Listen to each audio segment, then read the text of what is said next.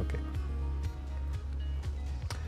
बाजार में हर साल इंतज़ार रहता है मोतीलाल ओसवाल की सालाना वेल्थ क्रिएशन रिपोर्ट का, और मोतीलाल ओसवाल ने आज ही साल 2024 की ये रिपोर्ट जारी की है, जिसमें न सिर्फ पिछले 5 साल का विस्तार से अध्ययन किया गया बल्कि आगे की वेल्थ क्रिएशन थीम का रोड मैप भी पेश किया गया। इस रिपोर्ट पर चर्चा करने के लिए खुद मोतीलाल ओसवाल फाइनेंशियल सर्विसेज के चेयरमैन और दिग्गज निवेशक रामदेव अग्रवाल हमारे साथ स्टूडियो में जुड़ गए हैं। Ramdev ji, good morning. और ये जो आपकी एक रिपोर्ट है, ये एक ऐसी रिपोर्ट है जिसको मैं खुद पढ़ता हूँ और आपकी टीम मुझे थोड़ा पहले भेज देती है ताकि मैं थोड़ा सा अपने आप को प्रिपेयर कर सकूं उसके लिए। इस बार की जो आपकी थीम है वो बहुत ही इंटरेस्टिंग थीम लग रही है, क्योंकि ज़्यादातर लोगों का मानना है कि अगर आपको वेल्थ क्रिएशन करनी है तो आपको छोटे स्टॉक्स में वेल्थ क्रिएशन होगा। इस बार आपका टॉपिक है creating wealth through bruised blue chips. तो पहले तो ये टॉपिक आपने कैसे सोचा, और उसके बाद हम इस पर पूरी डिटेल में बात करेंगे। ये कहाँ से दिमाग में आया कि creating wealth through bruised blue chips? Anuj, ये चालू हुआ हम 3 लोग हैं जो लिखते हैं इस स्टडी को। मैं मतलब मेरे ऑफिस में बैठते हैं, मैं, ध्रुव मेहता और श्रीनाथ जो मेरे एग्जीक्यूटिव असिस्टेंट है। ओके। सो श्रीनाथ से इस बार हम सबसे पूछे थे क्या स्टडी करें। सो 2-3 ये था कि when to sell, market is on high, so that was one topic. Second was the turn around. Sir बोला कि sir we have not done on turn around, मतलब let's start. So we ran the data first time. We realized it's very tough subject. Turnaround is very tough subject. Then we found a book, and in that book he talked about how to make money. This fund manager, I'm forgetting his name. He makes money only by turnaround stocks in US, and he's written a 30-page book on how to make money out of turnaround stocks. I said we got a framework, and now let's work on this. Okay. So there he talked about whenever any stock falls by more than 50% from their recent highs, all-time high or recent high, okay, the last 5 years high. In India, 5-year high is the all-time high always. So generally. So when it falls more than 50%, so then you have to find. See, there could be hundreds of stocks like that, but in them you have to find bruised blue chips and busted growth stocks. When you find these 2 category stocks, then you go about completing the process of buying.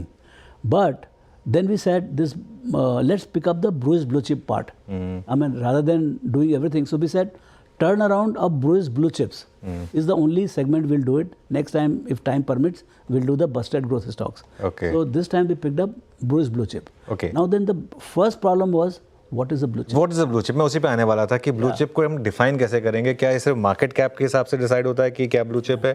और क्योंकि ये तो hindsight में पता चलता है कि क्या ब्लू चिप था या क्या नहीं था। Blue chip has to be defined, and I think everybody can have a different definition. But for the study, I mean, with my experience and all, I said any company which has earned more than 20% for last 10 years. Okay. And of size, both. So that company will term it as blue chip because 20% आपने 10 साल कमाया, मतलब आपने कुछ गुदा है to stand in the market, and you are of the size. So we said we'll look at only top 250 companies. So that gives a sense of size, and 10%, 20% ROE. So that gives about 80-90 companies. Then the guys, they said there are a lot of large companies, very large companies like Reliance and all. They're not 20% ROE because of a lot of investments they are going through. So then how do you exclude them from blue chips? So then we said let's take all the Nifty 50 companies, irrespective of the ROE level. Okay. We'll take it as a blue chip, you know, because they have their own kind of stature to be this thing. So we'll take them as blue chips, and any company which has this is part of the rest of the 200 and more than 20% ROE for last 10 years. So we got 107 companies, and that's how we set the definition for blue chips. Now, what is a bruised blue chip? Is the company in last 5 years, whatever high is, in now after the 5 years complete, it is fallen by more than 50%. 50%, okay. Till 50% it is correction. Okay, but below 50% it's bruised. Bruised. Now it is seriously bruised because somebody thought, I mean, in a market, if somebody thinks that if a stock is traded at $1,000, so somebody thought the value of the company is 1,000 rupees. Now it has fallen to 500 or below. It means that company is thoroughly bruised, and there must be some reason behind that. Okay. Either earnings disappointment or misallocation or competition or something must be there. So then we went about analyzing the sources of sources of trouble and what could be the remedy for that. Okay. And how do you buy them. ठीक है। अच्छा, इस report में हम काफ़ी stocks के नाम discuss करेंगे, वो प्योर एक एग्जाम्पल के तौर पर है, उसको किसी तरीके से रिकमेंडेशन ना समझा जाए, ये पहले डिस्क्लेमर मैं दे देता हूँ। रामदेव सर, इसमें एक चीज़ है बस, अब मैं सिर्फ कुछ एग्जाम्पल दे रहा हूँ, जैसे येस बैंक था, या इंडिया बुल्स हाउसिंग था, या एक समय पे जेट एयरवेज था, सुजलोन था एक समय पे, ये सारे, हालांकि सुजलोन ने भले ही कम बैक किया हो, ये सारे के सारे एक समय पे, but they were not blue chips. अच्छा, they were not blue chips. Blue chips पहला ये निफ्टी के स्टॉक्स थे, लेकिन यदि निफ्टी के स्टॉक थे तो yes, at that point of time clearly if they had fallen from there, that and see it is completely not infallible, but they have to be blue chip. Yes Bank did it make to the Nifty? Yes Bank Nifty का हिस्सा था। Yeah, so definitely it would qualify as a blue chip, and yes, I mean it didn't recover. So मेरा सवाल ये है कि कहाँ पर हम ये डिसाइड करें कि ये ब्रूज्ड है, और कहाँ पर हम ये डिसाइड करें कि नहीं, ये तो स्टोरी खत्म हो गई है यहाँ पर। देखिए क्या है, ultimately investing is not only statistical. You have to at the time see. If something is bruised or hurt by 50-60%, it means it makes it interesting. Second, it is a blue chip. Yeah. In fact, I would rather prefer more than the size. I would go by 20% ROE. Okay. Okay, that's my preferred mode. So that makes me very comfortable because somebody has earned 20% for last 10 years. वो X of Nifty भी हो सकता है वो stock. X of Nifty also. Any stock actually as a framework. Okay. That makes me very comfortable. ठीक है. So that stock, why it has fallen? I mean, what has happened? Is it internal to the company or is it external to the company? You know, so you have to figure out that and then finally take a judgment whether this company is going to survive in a given situation. Is it going to survive? And more importantly, is it going to prosper? So generally, the companies which are blue chips, they have very strong tendency to come back. Okay. You know, because it's like a Rishabh Pant getting hurt. अब ऋषभ पंत मतलब उसको accident हो गया, 2-3 साल के लिए बाहर है, लेकिन आया तो रेडी मारा ना, वो बिल्कुल पूरा कैप्टन बन गया है। तो जैसे मान लो विराट कोहली है या कोई भी, सचिन तेंदुलकर, यदि दो चार इनिंग्स में मान लो 0 बना दिया, इसका मतलब सचिन डजंट बिकम यूजलेस और Virat doesn't become useless. Whenever he comes back he will hit a century again because he knows the game, he knows batting and he can bat in toughest of the situations. तो ये जो जितने जो 20% ROE के blue chips होते हैं, they have that core capability. You know, so when they come back, not only they come back to retrieve their last position, then they go for the kill. जैसे महिंद्रा 600 रुपये से गिर के 300 हुआ। बिल्कुल। उन्होंने चेंज किया मैनेजमेंट, उन्होंने पूरा आर्किटेक्चर बदला, बहुत सारे रिऑर्गेनाइजेशन किए, जब वापस आए तो 300 नहीं हुआ, 3000 हो गया, and still counting. Now it has become the most expensive auto company in the world, in India at least. It is more expensive than Maruti, more expensive than Telco. So what I am betting on is the first, I mean आपका question सही है, which one to live, which is broken.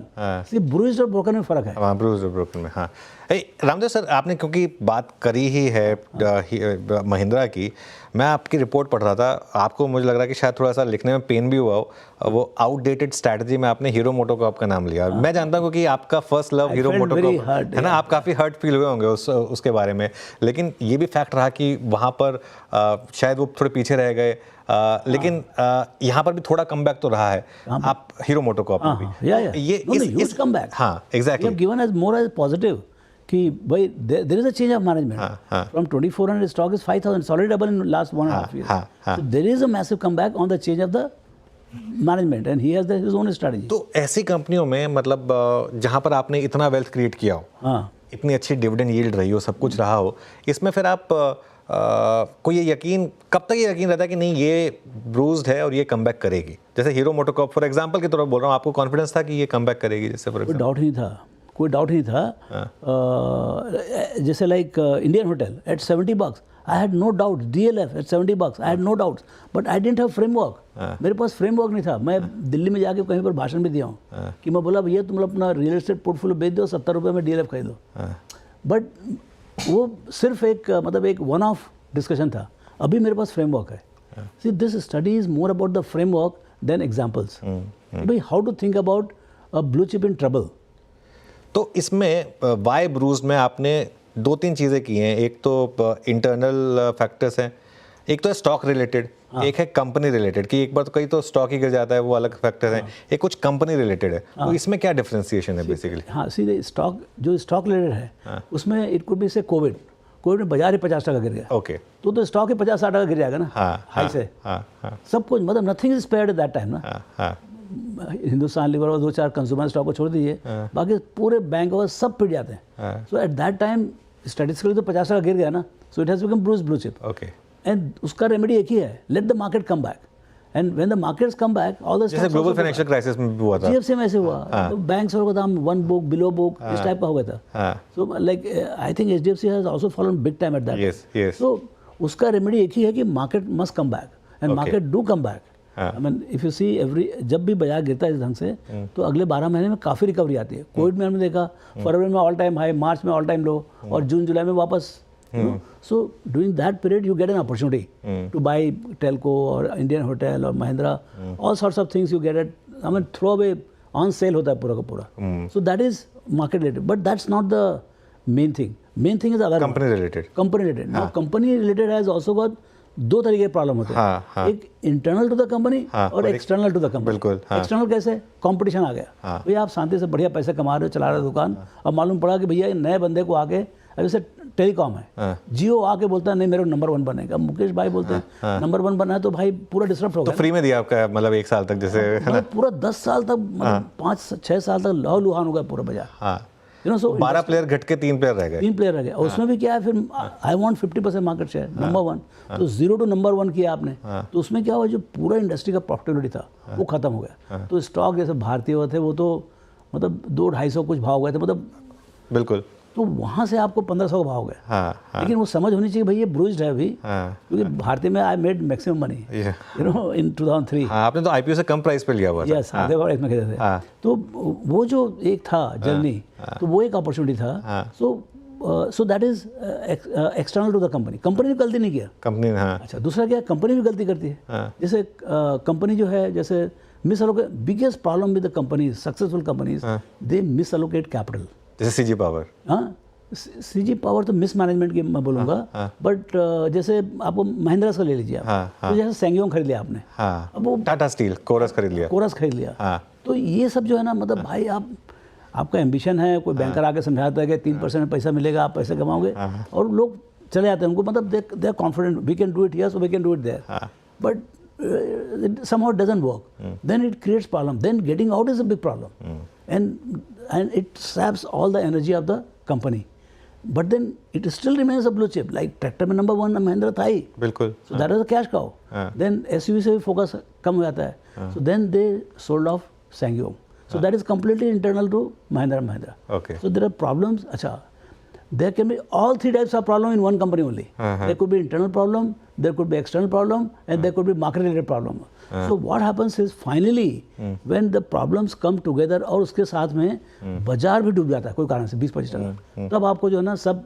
फोकट के दाम में share मिलते हैं। But अब वो कैसे होगा, कैसे प्ले आउट करेगा, कैसे आपको अपॉर्चुनिटी मिलेगी, वो पॉइंट ऑफ टाइम है, लेकिन आपके पास में फ्रेमवर्क है कि क्या क्या तरीके से कंपनी के शेयर गिरते हैं। बिल्कुल। तो जो एक्सटर्नल टू द कंपनी, अब जैसे एक एग्जांपल के तौर पे मैं कह रहा हूँ, और आपने ये बहुत ब्यूटीफुल एग्जांपल लिया है वैल्यू का, जिसमें आपने पीएनबी का एग्जांपल लिया है कि वैल्यू आउटफ्लो होती है। पीएनबी ने भले खुद चाहे कोई ज़्यादा गलती ना करी भी होंगी, लेकिन एक एचडीएफसी बैंक जैसा एक प्लेयर आया जिसने मार्केट शेयर गार्नर करना शुरू करा और लगातार करता है। तो इस केस में हम इसको एक्सटर्नल टू द कंपनी माने या इंटरनल, दोनों माने? इसमें एक्सटर्नल है ना, वो जो काम जो है, आज आरबीआई ने मान लो प्राइवेट सेक्टर को लाइसेंस दे दिया, तो प्राइवेट सेक्टर में एक देखिए बहुत लोगों को लाइसेंस मिला, 10 लोग को, सब डूब गए। खाली एचडीएफसी और कोटक, आई थिंक 2 ही बाहुबली निकले। लेकिन वो बाहुबली इतने बड़े निकले कि उनको मतलब 20% मार्केट शेयर चाहिए, 15% मार्केट शेयर चाहिए। सो वैल्यू माइग्रेशन हैपन, जहाँ पर आपका पीएसयू से सब तरीके का मतलब क्लाइंट्स, अच्छे बिजनेस, सब they migrated to private sector for 15, 20, 25 years. And actually एक ऐसा टाइम आ गया था इन 14-15 जब इंडस्ट्री प्रॉफिट का 110% वाज विद प्राइवेट सेक्टर, मतलब 0 profit from the public sector, you know, when even SBI came to literally 0 profit. So that was the point of time of maximum pessimism in PSU banks, हाँ. Because PSU bank also you cannot wash it away because they are 50-60% of the system. You know, तो वो चीज़ जो है ना समझने का कि भैया 150 रुपये में SBI भी बहुत डीपली ब्रूइज्ड ब्लू चिप है जो 150 का 800-850 रुपये 850 है हाँ. और अभी भी चीपेस्ट है, सिंगल डिजिट पी है अभी भी चीप है, अभी भी चीप है. तो ये जो है ना कि भाई आप जब इस टाइप का ब्रूइज्ड SBI जैसे मिल जाए तो मतलब तो आप तो फिर मतलब 150 में तो ऐसा कि आप घर भर सकते हो आप. बिल्कुल. CG पावर का एक एग्जांपल था कॉर्पोरेट गवर्नेंस में. मतलब मुझे याद है जब भी बात होती थी FI होल्डिंग, इतनी ज़बरदस्त FI होल्डिंग, एक अच्छे ग्रुप से कंपनी, एक पूरी की पूरी एक ऐसे स्पेस को रिप्रेजेंट कर रही है, ब्रांड नेम इतना स्ट्रांग था. उस समय तो क्रॉम्पटन ग्रीव्स ही नाम हुआ करता था इसका. यहाँ पर जब इतना बड़ा कॉर्पोरेट गवर्नेंस का इशू हुआ और जब वो स्टॉक 800 रुपये से गिर के 5 रुपये पर आ गया था और उसके बाद मुरुगप्पा ग्रुप ने खरीदा. But that is the biggest change हाँ. From a say discredited management to completely blue chip management. And देखिए एक्चुअली में दो चीज़ हुआ. एक तो मुरुगप्पा ग्रुप आया, विलायन वगैरह आए और they set the process right. They went about looking at all the stake holders, whether it is employees first, then other stakeholders like buyers and all of them. और शेयर होल्डर्स की value भी zero नहीं करी उन्होंने. हाँ मतलब कई cases में हो जाती है. हाँ हो जाती है, लेकिन इसमें नहीं हुआ जो भी. लेकिन इन्होंने सबसे पहले जाके पूरा का पूरा they had a very good experience of turning around. So they went about looking at the companies all the stake holders and they build relationship. और जैसे ही इन्होंने मतलब अपना टाइटनिंग चालू किया, the tailwind just exploded. Post covid what happened was the capex boom जो आया, मतलब जहाँ पर आपके ट्रांसफार्मर बिकते नहीं थे या आपके पास ऑर्डर नहीं थे या कोई लिफ्ट नहीं करता था, वहाँ पर 5-6 साल को वेटिंग लिस्ट हो गया. सो मतलब जैसे ही आपने टर्न अराउंड चालू किया और टेलविंड आ जाए, सो turn around plus Tailwind, it's a lethal combination. बिल्कुल. उसी में मेरा अगला सवाल है हीलिंग, क्योंकि अगर ब्रूज्ड है तो उसके बाद हीलिंग जरूरी है ना. तो हीलिंग क्या क्या क्रिएट करती है हीलिंग, और इसका अंदाज़ा कैसे लगाया जाए कि ये वाला जो ब्रूज्ड ब्लू चिप है अब हीलिंग के लिए तैयार है. तो वो that is where active investors role comes. आपका देखिए जहाँ से 60-70% गिर गया ना, मतलब समझ लो ये अभी ये वॉच लिस्ट में है. अब इसको समझने का कि भाई यहाँ पर what is the source of problem. Source of problem external है तो एक्सटर्नल ही उसका रिपेयर होगा. ओके. इफ द इंटरनल है तो इंटरनल रिपेयर होगा. है ना. सो यदि मान लो मेरा मैनेजमेंट ही खराब है, अंदर का मेरा MD खराब है या somehow leadership is not competent, तो leadership has to change. Okay. Okay. So the moment leadership changes, by that time इतना ज़्यादा पेसिमिज्म हो जाता है. Nobody bothers, like nobody knows what the new leadership. जैसे CG पावर ही था सबसे बड़ा CG एग्जांपल. पावर विलायन आया तो मतलब it was such a huge change. But वो कई लोगों ने 5 के 15 पे कैसे ले लूँ, 5 का 15 हो गया, लेकिन वो फिर 15 से सीधा 700 तक गया फिर. वही मतलब अभी भी स्टिल काउंटिंग. तो मतलब वो जो बताया ना मैं आपको कि उसका ऑल टाइम हाई मान लो रहा होगा, मान लो 200 रुपया, मान लो वो 10 रुपये हो गया, तो 10 का 200 तो हुआ. बट 200 के आगे 700, 800, 1000, लाख करोड़ की कंपनी बन गई फ्रॉम लिटरली नथिंग. सो ये जो टर्न अराउंड का जो पावर है, so not only that turn around will happen but it will prosper. वो इन्वेस्टर का कॉल है. तो इसमें आपने प्रोसेस फॉर इन्वेस्टर्स लिखा है, उसमें सबसे पहला है क्रिएटिव वॉच लिस्ट. यस. उसके बाद आपने 2 और इसमें थॉट प्रोसेस बताइए, जरा इस पर थोड़ा सा बात हो जाए. हाँ. सो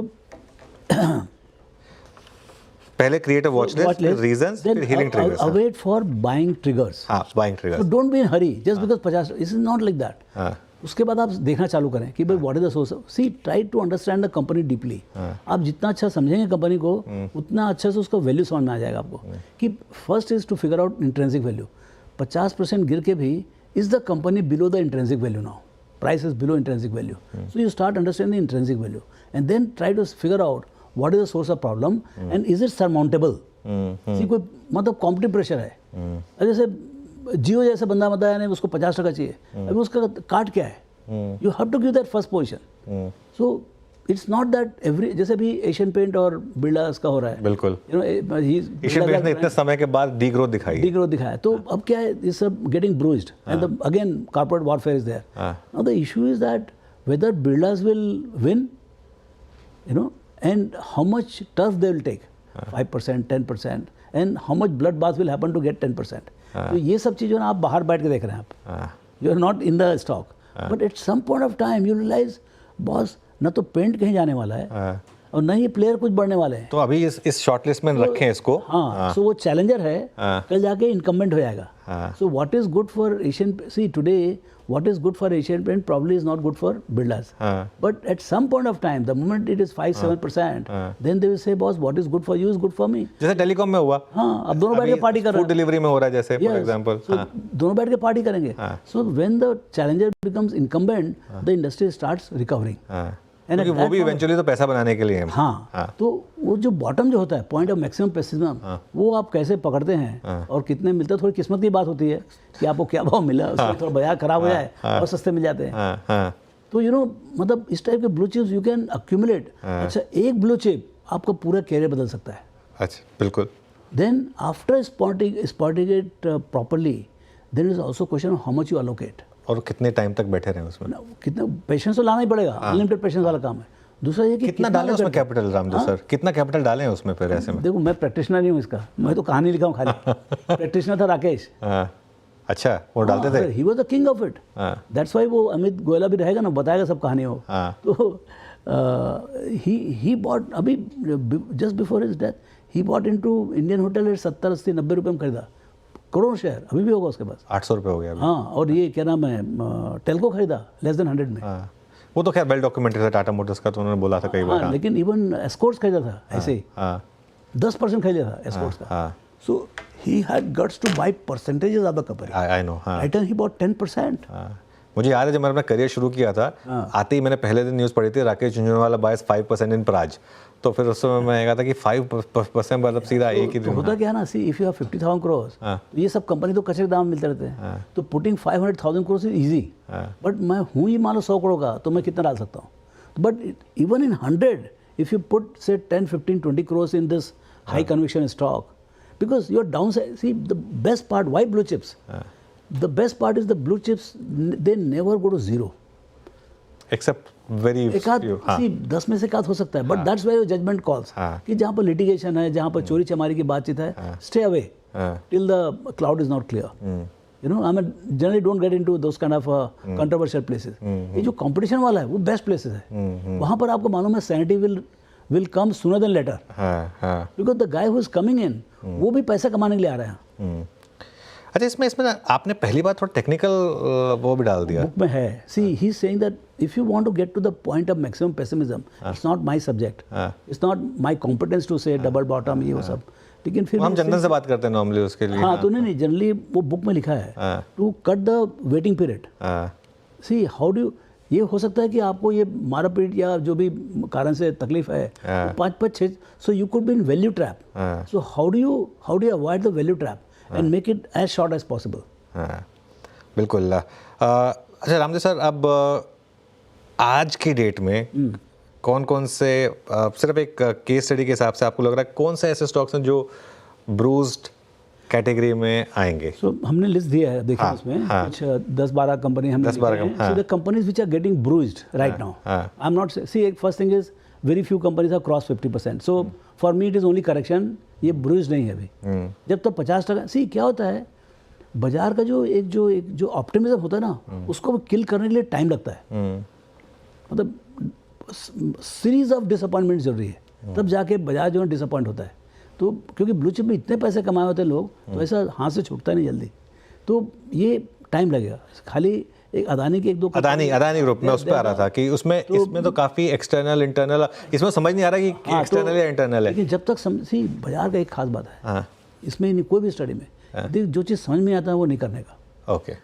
सो stay away from something which you don't understand. Okay. यदि आपको समझ में आता है तो already you can see the bruising is deep and you know. So जैसे एशियन पेंट है 35% जैसे हो गया है, and the corporate war is on, and first quarter के खराब रिजल्ट आया है. अभी तो कम 3 क्वार्टर तो खराब आएगा ही. तो यू नो, अच्छा उसके ऊपर से देखिए आप कैसे हो रहा है. ये तो कॉर्पोरेट वारफेयर चल रहा है, कंजम्पशन है स्लो डाउन. अब देखिए कैसे, मतलब when trouble comes it comes from multiple side. बिल्कुल. अब आप कंपटीशन से पूछने जाओ तो वो बोलते हैं कि वो कंपटीशन से कोई मतलब नहीं, कंजम्पशन ही नहीं बोलता है. समझे ना, कंजम्पशन खराब है. Q3 भी पिटा हुआ है दिवाली वाला. सो ही इज सेइंग दैट भाई हमको प्रॉब्लम कंपटीशन से नहीं, हमको प्रॉब्लम है ग्रोथ से of the industry. तो slow down of the industry, that is also pushing problem. So generally क्या होता है कि 2 3 4 बार 3 4 5 क्वार्टर खराब आता है ना, then people start getting disappointed. अच्छा, जो थोड़ा नीचे में खरीदा जैसे 50%, कोई बराबर से नहीं पढ़ा रिपोर्ट और मान लो 50% नीचे में खरीद लिया और मालूम पड़ा 1 क्वार्टर के बाद और 10% गिर गया, तो जाके वही आदमी बेचने के लिए आता है। तो ये क्या है कि ये मतलब इतना इजी नहीं है, ये लिखना बहुत इजी है, practising this is very tough. So the guys who have practiced this, I have not practiced. I have practiced just the other way around. High quality company in growth mode. That we have practiced as QGLP. ये हमारा antithesis of my own style है। बिल्कुल। चलिए खैर, ये तो बात बहुत शानदार आपने की। एक आपकी जो वेल्थ क्रिएशन स्टडी है उसमें आप 100 बिगेस्ट वेल्थ क्रिएटर्स डालते हैं, उसमें आप मोस्ट कंसिस्टेंट वेल्थ क्रिएटर्स डालते हैं और बिगेस्ट वेल्थ क्रिएटर्स भी डालते हैं। पर्सनली आपका सबसे फेवरेट क्या है कंसिस्टेंसी वाले wealth creators? I love to see first two.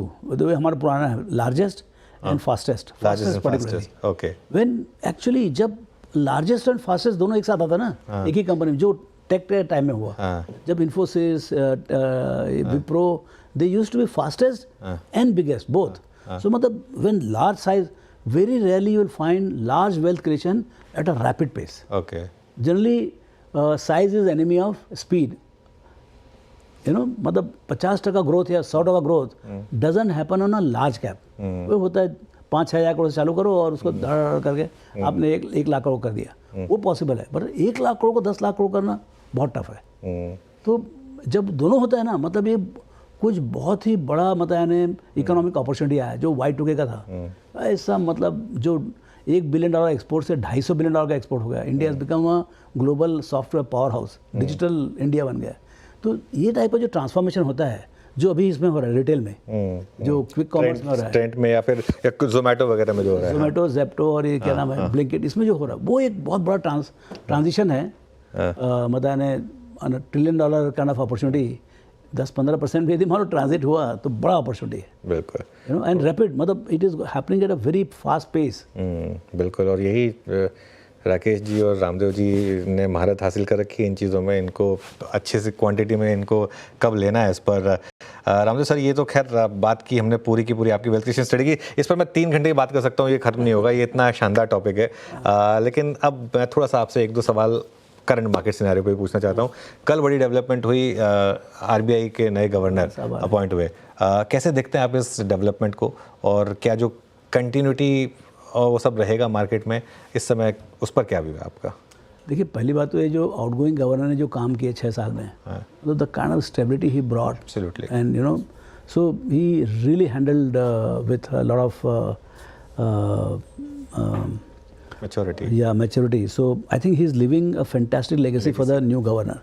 Now, new governor is coming from a brilliant background, of course, into IAS and revenue secretary and all. So I think he must be knowing the pain of slowing down of the tax collections and all. So I think he may. As I'm a bullish guy, always optimist guy, I would expect that he will accelerate the credit flow in the system, and for that, what all needs to be done, that of course he understands, and that, see, in my mind, GDP growth means credit growth, and GDP growth means tax growth. See, everything is equal to. So if now what are the tactics or how they will approach the bureaucracy and finance ministry and RBI and fiscal authorities, I don't know. That we'll see unfolding in next 5-10 days. बिल्कुल। एक और चीज़, market पर एक बड़ी correction आई, earning season बहुत ख़राब था पिछला बार। आप तो हमेशा कहते हैं कि आप जितने नंबर आपको देता है आप उसमें थोड़ा कट कर देते हैं तो लेकिन क्या ये पेन खत्म होने के कुछ चांसेस हैं रामदेव सर, या फिर अभी थोड़ा सा और पेन रहेगा मार्केट में? मेरे ख्याल we are in the fag end of this thing, earnings downgrades, earnings disappointments, because it was truly because of this first quarter's problem of election and then the drought and then intense बारिश, सब एक साथ हो गया और election हो गया तो people were all busy. It was one of the most intense election, खर्चा ही नहीं हो रहा था वो। हाँ, so वो भी क्या क्या इलेक्शन के सब वो चक्कर होते हैं. So now I think now they'll start warming up the machine. So मेरे को लगता नहीं Q3 will be anything worthwhile. Okay. I think in Q4 there will be a bumper this thing, but the real spillover and action will be first half of next year. By 25. So Q4 and first half of next year, I would be very hopeful that economy will roar back into the led by. See, if you see the हमारे report में भी लिखा हुआ है, if you see the actually earnings trajectory change from 2020, it was about 450 rupees, 457 to be exact, Nifty earnings in 2020, and it was lingering at about 7-8% for last 5-6 years. Then in post-COVID, it shot up at the rate of 18%. And in next 4 years, it doubled to 1,000 rupees. That was in last year. 24 was 1,000 rupees. Now, they were expecting same 15% growth, which got tripped this year. मेरे ख्याल से there is a fundamental shift in the structure of the economy. And that's why there is a complete change in the type of companies which are showing the growth. मेरे ख्याल से pre-COVID, we are very, very consumption dominated. Post-COVID, it became capex dominated, more particularly government capex dominated. So the type of companies which did very well till 20, like Nestle, Lever, Asian Paints, Marico, I think those companies are struggling right now. चलिए Ramdev sir, बहुत बहुत शुक्रिया। और आज आपकी शाम को जो प्रेजेंटेशन होगी और जो वेल्थ क्रिएशन स्टडी पर आप डिटेल प्रेजेंटेशन करेंगे, I look forward to that. Thank you so much आज हमारे साथ स्टूडियो में जुड़ने। Thank you. चलिए इस शो में इतना ही। आप जुड़े रहिए CNBC आवाज़ के साथ।